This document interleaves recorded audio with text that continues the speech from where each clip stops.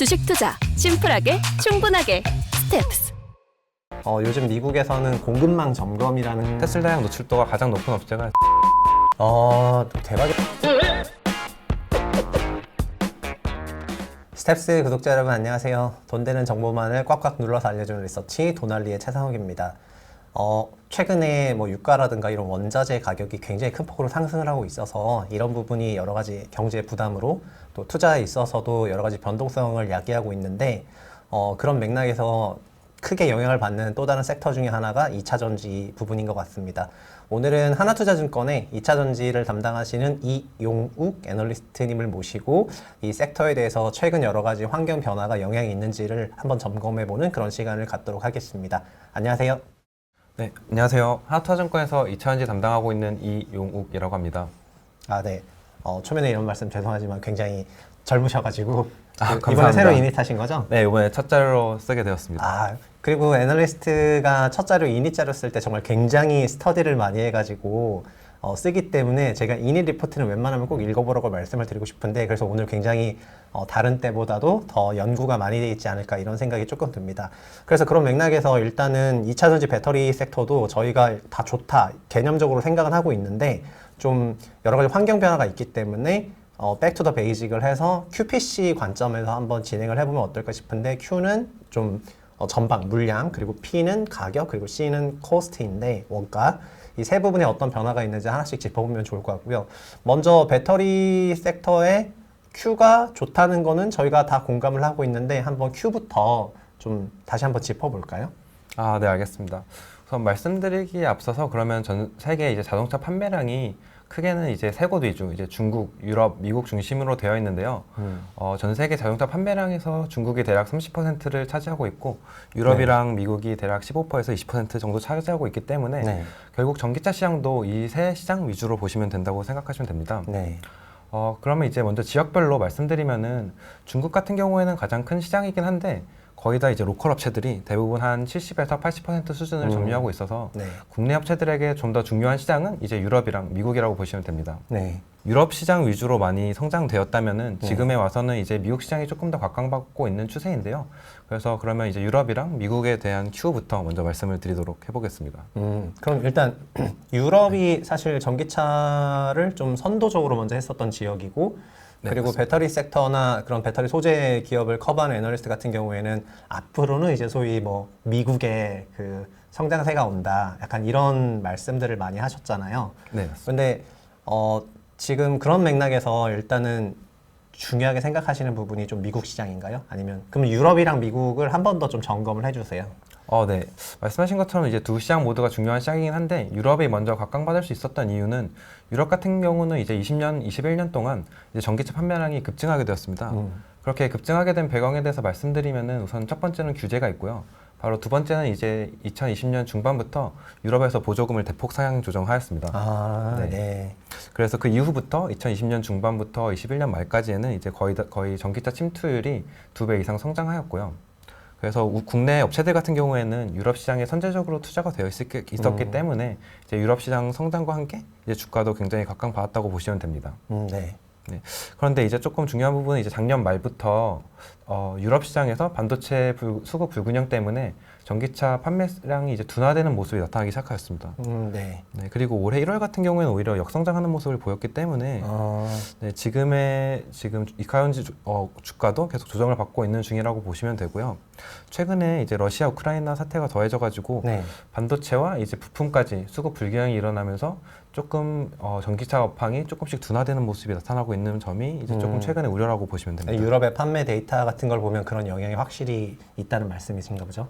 네, 맞습니다. 최근 들어서 조금 더 심화되고 있는 모습이 보이고 있습니다. 그렇구나. 그러면 미국 쪽은 좀 상황이 어때요? 미국은 사실 제 상식에 전기차 침투율이 너무 낮아가지고 그러니까 저희가 다 테슬라 타고 다닐 것 같지만 그거는 약간 LA라든가 그런 그 캘리포니아 쪽이고 대부분의 지역에서는 대부분 내연기관 차를 타고 다녀서 침투율이 한 4% 정도밖에 안 되는데 그래서 그것 때문에 침투율이 다른 지역보다 너무 낮아가지고 좀 그게 많이 올라갈 거라고 생각을 했잖아요. 미국은 지금 좀 어떤 상황인 거예요?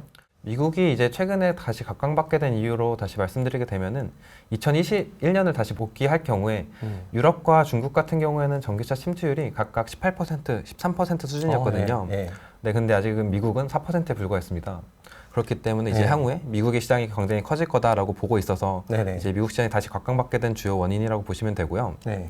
그래서 이제 미국 시장도 올해부터 전기차 판매량이 급격히 올라갈 것이라고 보고 있는데, 네. 그 이유가 뭐죠? 네, 이제 가장 큰 이유로는 네. 이제 올해 통과될 것으로 보이는 BBB 법안에 포함되어 있는 전기차 보조금 혜택입니다. 아, 그러니까 아까 유럽에서도 좀 보조금 하면서 좀 확 늘었었는데 미국에서도 그 보조금 하면은 좀 확 늘어나지 않겠냐 약간 이런 거구나. 그 보조금 조금만 자세히 얘기해 주시면 좋을 것 같아요. 네, 그 BBB 법안에 대해서 다시 말씀드리게 되면은 그 안에 들어있는 전기차 보조금 혜택이 가장 주요한데요. 기존에도 원래 미국에서는 7,500달러의 보조금 혜택이 주어졌습니다. 그런데 기존 법안에 따르면은 20만 대 이상 전기차를 판 업체들, 네. 가령 GM이라던가 네. 테슬라 같은 업체들에게는 보조금 혜택이 안 주어졌습니다. 아. 근데 이제 최근에 이제 바뀐 네. 보조금 법안에 따르면은 예. 이 업체들도 다시 보조금 지급 대상에 들어가게 되고요. 아, 예. 네, 그리고 추가로 세 가지 요건이 맞을 경우에는 네. 이제 최대 12,500달러의 보조금 지급이 가능합니다. 아, 거의 뭐 원화로는 거의 한 1,500만 원 정도 되는 엄청난 보조금이네요. 네, 그렇죠. 유럽보다 더 큰 금액입니다. 네네. 아, 그러면은 근데 아직 BBB 법안이 뭐 통과가 된 건 아닌 거죠? 네, 이게 원래는 작년 말에 통과될 것으로 예상되었으나 이제 민주당 의원의 반대로 지금까지 계속 연장되고 있는 점이 미국의 네. 전기차 수요를 계속 지연시키고 있다고 보고 있고요. 네. 다만 한 가지 말씀드리면은 3월 중에 이제 바이든도 성명서를 발표하면서 전기차 가격을 낮추겠다는 의지를 표명했고, 그 아까 반대했다는 조 맨친 의원도 네. 이 법안을 이제 따로 떼어내 가지고 발의하는 것도 고려하겠다라고 한 만큼 올해 안에는, 그리고 제 개인적으로 보면 이제 상반기 안에는 통과될 수 있지 않을까라는 기대감을 가지고 있습니다. 그러니까 전체적으로 들어보면은 약간 그 큐라든가 그런 시장에 대해서는 조금 좀 보조금을 주면서 성장하는 시장이긴 하지만 이게 좀 법안도 잘 준비되어 있고 이러기 때문에 성장할 것 같긴 한데 이게 중간에 저희가 Q하고 PC를 다 점검해 봐야 되는 이슈가 최근 들어서 우크라이나 이런 사태로 인해 가지고 원자재 가격이 전폭적으로 상승을 하게 되면서 또 아까 말씀하셨던 코로나 이후에 그런 밸류체인 점검이 또 문제가 또 생긴 거잖아요. 네, 맞습니다. 그래서 이런 배터리 쪽도 원래 저희가 생각했던 것보다 굉장히 빠르게 가지 못했던 게 주가에 영향을 좀 받고 있는 그런 국면인 것 같은데, 그럼 그런 맥락에서 요새 이제 코스트부터 얘기를 먼저 하는 게 좋을 것 같은데, 네. 최근에 좀 2차 전지 관련해서 그 양극재 원재료 가격이 너무 천정부지로 올라가지고 이런 게 혹시 좀 배터리 셀 메이커라든가 아니면은 소재 기업에 좀 영향이 있지 않을까 하는 이런 우려들이 있는데 좀 점검을 해주시면 어떻게 될까요? 네, 아시다시피 최근에 이제 원소재 가격이 많이 올랐는데 그 중에서 이제 중요한 가격이 이제 리튬이랑 니켈 가격입니다. 네. 그래서 이 원소재에 따른 영향을 가장 많이 받는 소재라고 보면은 양극재랑 전해액이라고 보시면 되는데요. 우선 기본적으로 양극재 업체들은 이 원가 상승에 대한 판가 정가가 계약상으로 되어 있기 때문에 네. 판가 정가를 지금 잘 하고 있는 중이고요. 반대로 전해액 같은 업체들은 이 원가 상승에 대한 계약이 제대로 안 돼 있어가지고 지난 4분기 실적만 보더라도 업체들은 이제 쇼크를 낸 기업도 있습니다. 아, 작년 4분기부터 그 코스트가 올라가지고 실적이 쇼크 났던 기업들이 있는 거예요? 네, 맞습니다. 아, 그러니까 전해 기업들은 좀 쇼크가 났고 양극재 기업들은 그게 정가가 되니까 괜찮다. 네, 맞습니다. 그럼 지금도 그냥 계속 이렇게 올라도 양극재 소재 기업들은 좀 괜찮다고 생각하면 되는 건가요? 이제 다시 봐야 할 점은 최근에 니켈 가격 변동성이 매우 커졌는데요. 네. 이 니켈 가격에 대해서 잠시 설명을 드리자면은 니켈은 보통 양극재 내에서 한 30%의 원가 비중을 차지하고 있고요. 네. 그리고 양극재는 배터리 내에서 대략 한 20에서 25%의 원가 비중을 차지하고 있다고 보시면 됩니다. 그래서 만약 니켈 가격이 100%, 즉 2배 오른다고 보면은 양극재 가격 같은 경우에는 30%, 네. 배터리 가격 같은 경우에는 6에서 8% 오르게 됩니다. 그런데 지금 양극재 기업들의 수익성이 대략 한 하이 싱글에서 10% 수준. 그러면 네. 아, 예. 그렇죠. 네. 그리고 이제 배터리 기업 같은 경우에는 이제 목표하는 값이 하이 싱글에서 이제 하이 싱글 정도이기 때문에 네. 만약에 이들이 판가 전가를 못 한다고 할 경우에는 네. 양극재 기업들이랑 배터리 기업들은 이제 바로 적자 전환으로 돌아서게 되는 것입니다. 지금 말씀하신 그 포인트가 이쪽 섹터에 있는 조금 우려 중에 하나인 거죠? 네, 맞습니다. 그러니까 원래 배터리도 정말 그냥 냉정하게 말하면은 돈을 제대로 벌어본 적이 아직은 없는데 네. 원재료가 큰 폭으로 올랐을 때 뭔가 종전에 생각했던 그 임플라이드 영업이익을 달성하지 못할 가능성이 굉장히 좀 커지는 게 아니냐 이런 거에 대한 좀 우려가 있는 것 같다는 말씀이시는데 아, 네, 맞습니다. 그럼 뭐 그 부분에 대해서는 근데 좀 그럼 전체적으로는 이용호 애널리스트님 어떤 식으로 생각을 하고 계신 건지. 네, 앞서 말씀드린 것처럼 양극재 업체들은 이제 계약에 따라서 판가 정가를 하고 있다고 말하고 있지만 결국에는 이 판가 정가라는 게 소재부터 배터리 그리고 네. 완성차 최종적으로 이제 구매자까지 이제 네. 이런 구조를 가지고 있는데 결국에 이 원가 상승에 대한 부담을 구매자가 지게 되지 못하게 된다면은 결국 이 밸류 체인 안에 있는 누군가는 지게 돼야 될 것입니다. 그렇기 때문에 네, 그렇죠. 네. 그렇기 때문에 지금 계약만으로 소재 기업들이 판가 전가를 한다는 것은 이제 앞으로는 장담할 수 없는 부분이고요. 향후에 이런 높은 원가 수준이 계속 유지된다면은 네. 이 밸류체인 전반적으로 이 부담을 나눠 가지게 될 것이라고 보고 있습니다. 아, 그러니까 말씀하신 걸 들으니까 제 생각이 나는데 얼마 전에도 그 리비안 같은 기업이 판가를 올렸다가 고객이 예약 취소한 적이 있는데 또 그걸 거꾸로 생각해 보면은 저희가 원재료 가격 니켈 같은 경우에 원재료 네. 가격은 막 이렇게 막 표기가 되잖아요. 근데 원재료는 그렇게 가격이 올라가도 가격이 올라간 그거를 기표하는 거 보면은 그 가격에 거래가 된다는 거고. 네, 맞습니다. 그러면 원재료를 사와서 소재 기업 같은 경우에는 어쨌든 계약상으로 소재도 원재료가 올라가면은 그거를 판가로 올릴 수 있는 형태로 B2B 계약이 잘 돼 있는 것 같고 그걸 갖고 와서 작업을 하는 셀메이커 같은 경우에는 네. 셀메이커도 완성차들한테 좀 B2B로 하니까 약간 정가를 시킬 수도 있고 근데 차량부터는 또 B2C로 넘어가니까 네, 맞습니다. 고객들이 또 그거를 또 받아줘야 되는데 그래서 그런 밸류 체인을 쭉 봤을 때 뭔가 B2B끼리는 계약으로 어떻게 좀 될 것 같은데 그 고객단으로 갔을 때는 확실히 저항이 있을 수도 있겠다는 생각이 들어요. 저희만 네, 하더라도 맞습니다. 전기차 가격이 막 갑자기 10%씩 올라가 버리면은 그건 완전 하이엔드 차지 뭐 전기차의 장점이 좀 아닐 수도 있겠다는 생각이 들어가지고 조금 우려스럽네요. 그럼 그런 맥락에서 아까 좀 밸류체인 상에서 이런 가격 전가가 조금 되는 데는 좀 방어가 되어 있는 것 같다는 그런 뷰이신 것 같고 네, 가격 맞습니다. 전가가 좀 안 되는 그런 기업들도 나온 것 같고 그럼 자연스럽게 최선호주나 이런 것도 약간 이런 논리 구조상에서 존재하는 건가요? 최선호주가 어떻게 되세요? 네. 저는 LNF를 이제 최선호주로 말씀드리고 있는데 그 이유는 아까 말씀하셨던 것처럼 완성차 업체 중에도 판가가 전가가 가능한 업체가 있고 가능하지 못한 업체가 있습니다. 네. 이제 리비안 같은 경우가 이제 판가 전가를 못한 경우고요. 네. 가령 근데 테슬라 같은 경우를 보면은 테슬라는 이제 작년부터 꾸준히 판가를 인상해 왔습니다. 맞아요. 네. 진짜 계속 올라갔어요. 네, 그 맞습니다. 모델 3도 그렇고 계속 가격이 올라가요. 진짜 네. 나쁜 놈들입니다. 네. 그래서 뭐 모델 Y 같은 경우만 놓고 네. 보게 되면 작년 초에는 5만 불에서 현재는 이제 6만 3천 불, 즉 한 25% 이상 인상을 했는데 네네네. 네, 지금까지도 이제 미국에서 모델 Y를 주문할 경우에는 올해 말에나 인도를 받을 수 있습니다. 네, 그만큼 네. 판가 인상에도 불구하고 이제 수요가 견조한다는 의미인데요. 그렇기 때문에 지금 테슬라 밸류체인은 계속해서 이제 경쟁사 피어 대비해서 아웃퍼폼 할 것이다라고 보고 있습니다. 그리고 국내 업체 중에서는 테슬라양 노출도가 가장 높은 업체가 지금 LNF고요. 네네. 그래서 LNF는 이제 계속해서 실적도 안정적으로 나올 것이다라고 보고 있어서 지금 최선호주로 제시하고 있습니다.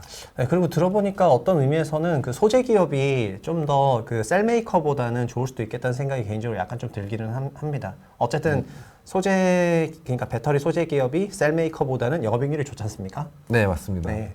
셀메이커 죄송합니다. 근데 아직 네. 셀메이커는 어쨌든 엄청나게 돈을 벌어보지는 아직 않았으니까요. 네. 근데 또 그 점점 러우 메타리얼로 갈수록 그 전가가 좀 잘 될 수 있지 않을까 하는 이런 생각도 좀 듭니다. 원재료 광석 가격은 막 기표가 되는 걸 보면은 네. 점점 그 업스트림으로 갈수록 네. 좀 더 전가가 좀 되는 것 같고 테슬라 얘기하시니까 제가 또 리비안 얘기했는데 바로 테슬라 얘기하셔가지고 리비안은 네. 가격 올렸는데 바로 고객이 네, 계약을 그냥 해지해버렸는데 테슬라는 계속 가격 올리는 걸 보면은 소비자들이 테슬라 가격 상승에 대해서는 수용을 하고 있다는 거죠. 네, 그런 맞습니다. 맥락에서 그쪽 밸류체인 전체는 약간 유지가 되고 있다고 생각해가지고 이쪽에 좀 집중을 하는 게 맞겠다는 생각이 조금 들기는 드네요. 네. 맞나요? 네, 맞습니다. 근데 이제 전체적으로 보면 좀 그런 것 같아요. 지금 미국에서의 그런 그로스가 많이 나오지 않는 이유 중에 하나도 요즘 미국에서는 공급망 점검이라는 걸 좀 하고 있잖아요. 네, 그러니까 맞습니다. 원재료나 이런 거가 뭐 중국이라든가 이런 나라 의존도가 너무 높아서 그래서 나중에 미국이라는 거대한 마켓에 그 전기차 침투율을 이만큼 올리려면은 엄청난 그런 그 자기 우호적인 그런 공급망들이 그 세팅이 돼야 되는데 그런 것들을 지금 열심히 하고 있는 것 같아요. 네, 맞습니다. 그래서 근데 그런 부분에서 저희가 좀 계속 이런 LNF나 아니면 국내 소재 기업들이 좀 계속 수혜를 받을 수 있는 부분인지 어떻게 생각하시는지도 좀 궁금해서. 네. 말씀하신 것처럼 이제 원소재의 중요도가 높아지다 보니까 업체별로 이제 원소재 공급망 확보하기 위한 노력을 하고 있는데요. 네. 지금 이제 완성차 업체부터 시작해가지고 셀업체들, 소재업체들 이제 각각의 노력을 하고 있는데 지금 쭉 보면은 현재까지는 LG 에너지 솔루션이라던가 CATL 같은 기업들이 가장 열심히 하고 있습니다. 그리고 조금 특이한 점은 이들보다도 더 잘하고 있는 업체가 바로 포스코입니다. 포스코요? 네. 네.